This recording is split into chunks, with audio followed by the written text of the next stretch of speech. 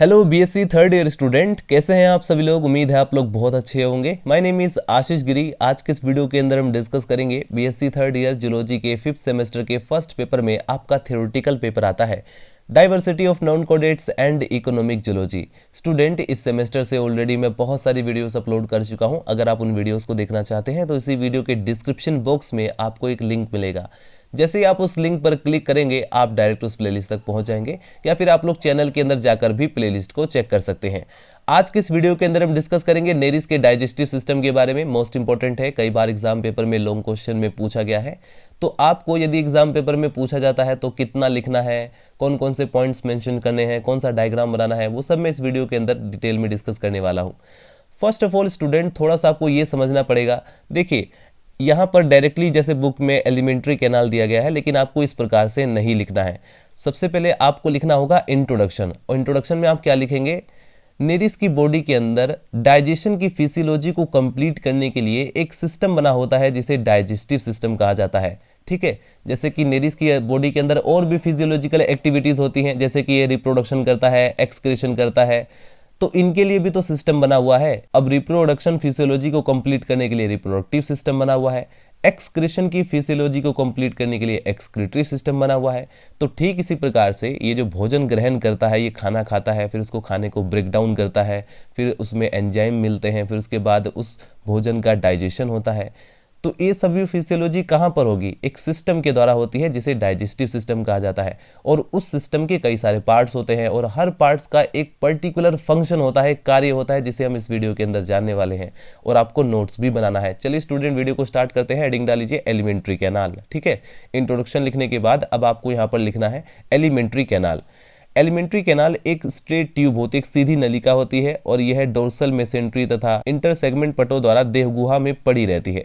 इसके 3 पार्ट होते हैं, ध्यान रखना। पहला है फोरगट, दूसरा है मिडगट, तीसरा है हिंडगट। ठीक है, फोरगट को हम क्या बोलते हैं, स्टोमोडियम। नाम याद रखेंगे, फोरगट को स्टोमोडियम कहा जाता है, जो कि मुख गोइका, जो बक्कल कैविटी होती है तथा जो फेरिंग्स होती है उसकी बनी होती है। राइट। दूसरा है मिडगट। अब जैसा कि आप लोग जानते हैं कि स्ट्रेट ट्यूब है, एक नलिका है, तो हमने क्या किया, उसको पार्ट में डिवाइड कर दिया, 3 पार्ट में। पहला फोरगट, दूसरा आ जाता है मिडगट। मिडगट को हम मेसेंट्रोन के नाम से भी जानते हैं, जो कि फेरिंग्स व आमाशय की बनी होती है। मिडगट के अंदर कौन कौन सा पार्ट आ गया, एक तो फेरिंग्स यानी ग्रास नली आ गई है, दूसरे नंबर पे स्टमक आ गया, इसका आमाशय आ गया है, तथा जो पश्चांत्र होता है, जो हिंडगट होता है, उसे हम प्रोक्टोडियम कहते हैं। इसमें रेक्टम आ जाता है। ठीक है, मलाशय की बनी होती है। तो ये 3 पार्ट है, इन्हीं पार्ट को हमें स्टडी करना है। फर्स्ट ऑफ ऑल हम डिस्कस करते हैं फोरगट के बारे में। फोरगट के अंदर नंबर फर्स्ट इंपॉर्टेंट पार्ट आता है स्टूडेंट, जहां से एलिमेंट्री कैनाल की शुरुआत होती है, वो है माउथ। इसके बारे में लिखेंगे आप लोग, यह अनुप्रस्थ छिद्र के रूप में प्रोस्टोमियम के अधर तल पर स्थित होता है। यह प्रोस्टोमियम द्वारा घिरा रहता है। पीछे की ओर माउथ एक चौड़ी मुख गोइका, एक बक्कल कैविटी में खुलता है। इसके बाद अब आप लोग हेडिंग डाल लीजिए बक्कल कैविटी, यानी कि एक लिंक से लिंक मिलता रहता है।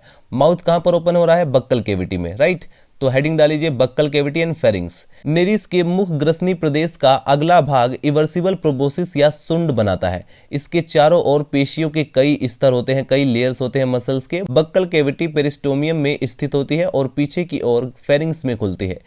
फेरिंग्स शरीर के चौथे खंड में, यानी कि जो 4th सेगमेंट होता है, उसमें फैली होती है। मुख गोइका यानी कि बक्कल कैविटी की क्यूटिकल विभिन्न स्थानों पर फूल करके गहरे रंग के सूक्ष्म डेंटिकल्स या पैराग्नथ बनाती हैं। ग्रसनी की दीवारें मोटी व पेशीय मस्कुलर होती हैं। इसके पिछले भाग में एक जोड़ी बड़े शक्तिशाली व काइटिन के बने हुए चलनशील जबड़े पाए जाते हैं, मूवेबल जोज पाए जाते हैं।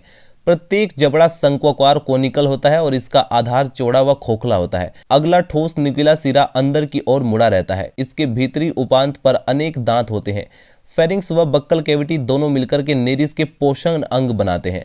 आगे बढ़ते स्टूडेंट, हेडिंग डाल लीजिए ईसोफेगस। ईसोफेगस के बारे में लिखेंगे स्टूडेंट, यह एक संकरी नली होती है जो कि ग्रसनी के पीछे के 5 खंडों में स्थित होती है। जो 5 सेगमेंट्स होते हैं उसमें ये स्थित होती है। ईसोफेगस के अगले सिरे पर एक जोड़ी लंबे व अशाखित ग्रंथिल कोष्ठ ईसोफिजियल सिका ग्रास नली के पार्श्व में खुलते हैं। ग्रास नली पीछे की ओर स्टमक इंटेस्टाइन में खुलती है।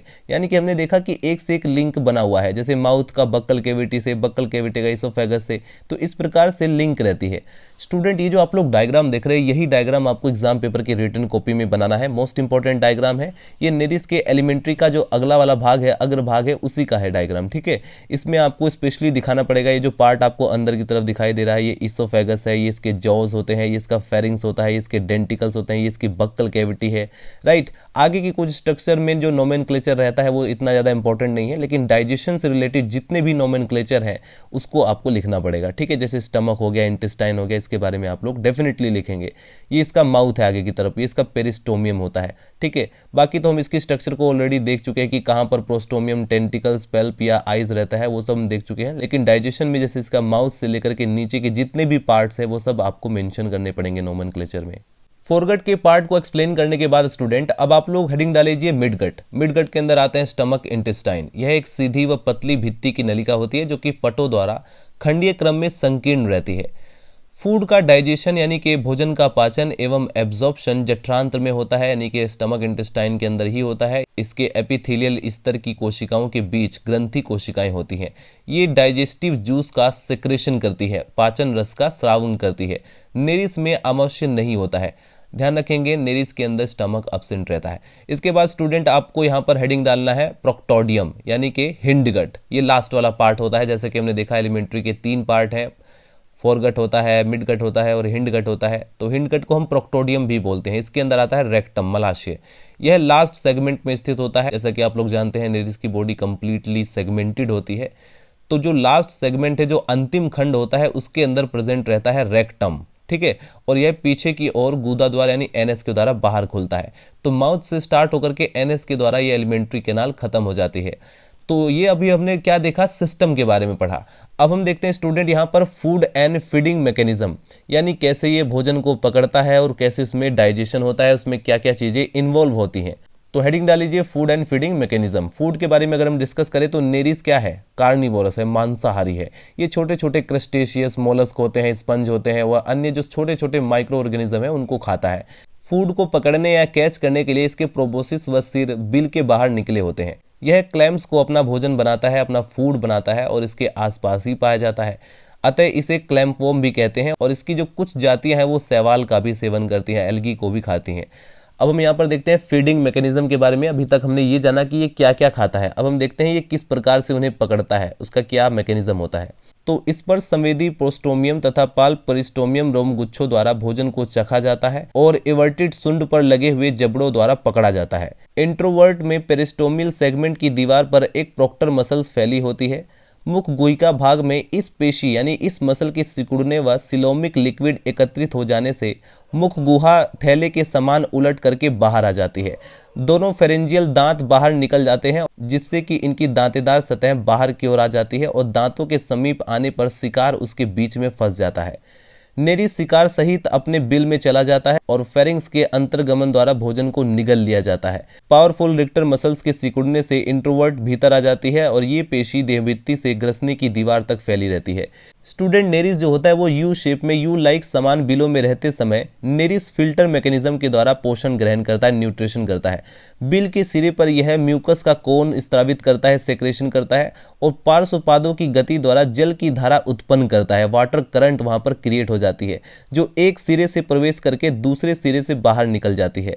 जल की धारा के साथ साथ आने वाले भोजन के कण भी म्यूकस कोन से चिपक जाते हैं और म्यूकस कोन जो कि छलनी के समान कार्य करता है, नेरिस द्वारा ग्रहण कर लिया जाता है, राइट। तो ये हमने डिस्कस किया स्टूडेंट। अब हम देखते हैं डाइजेशन। नेरिस के डाइजेस्टिव सिस्टम में स्टूडेंट लास्ट पॉइंट बचा हुआ है जिसे आप लोग एक्सप्लेन करेंगे। हेडिंग डालीजिए डाइजेशन। भोजन के पाचन के लिए, फूड के डाइजेशन के लिए ग्रसिका ग्रंथि तथा आंत्र की इंटेस्टाइन की दीवार से पाचक रस बनते हैं, डाइजेस्टिव जूस बनते हैं। पाचन क्रिया ग्रसनी तथा अमावस्या आंत्र से पूर्ण होती है। इसकी भित्ति में पाए जाने वाली पेशियों के क्रमाकुंचन से भोजन आहार नाल में, एलिमेंट्री कैनाल में आगे बढ़ता है।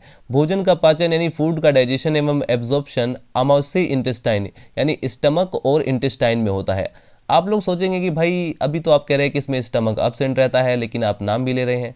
देखिए एक तरीके से जो इंटेस्टाइन है वही एक तरीके से स्टमक का भी कार्य कर रही है, ठीक है। यानी बहुत स्पष्ट रूप से स्टमक नहीं पाया जाता है। अपशिष्ट पदार्थ यानी जो वेस्ट मटेरियल होता है, जैसे कि आप लोग जानते हैं फूड को डाइजेस्ट करने के बाद उसमें से कुछ अपशिष्ट पदार्थ भी होता है, यानी कि जो हम खाते हैं जरूरी नहीं है कि वो पूरा का पूरा न्यूट्रिशियस मटेरियल है, उसमें कुछ अनडाइजेस्टिव चीज़ें भी होती हैं, कुछ वेस्ट मटेरियल भी होता है जिसे हमें बाहर निकाला जाता है और जिसे लगभग हर जानवर जो होता है वो फिशिस के रूप में निकालता है। तो वो जो अपशिष्ट पदार्थ होता है, वेस्ट मटेरियल होता है, वो एनएस के थ्रू बाहर निकल जाता है। तो स्टूडेंट, आज के इस वीडियो के अंदर हमने डिस्कस किया नेरिस के डाइजेस्टिव सिस्टम के बारे में। आपको इतना ही लिखना है और वो जो इंपॉर्टेंट डायग्राम मैंने बताया था वो डायग्राम आप लोग एग्जाम पेपर की रिटन कॉपी में डेफिनेटली बनाएंगे। नेक्स्ट वीडियो के अंदर हम डिस्कस करेंगे नेरिस के सर्कुलेटरी सिस्टम के बारे में, ये भी एक इंपॉर्टेंट टॉपिक है। तो मिलते हैं नेक्स्ट वीडियो में। Bye bye, Tata.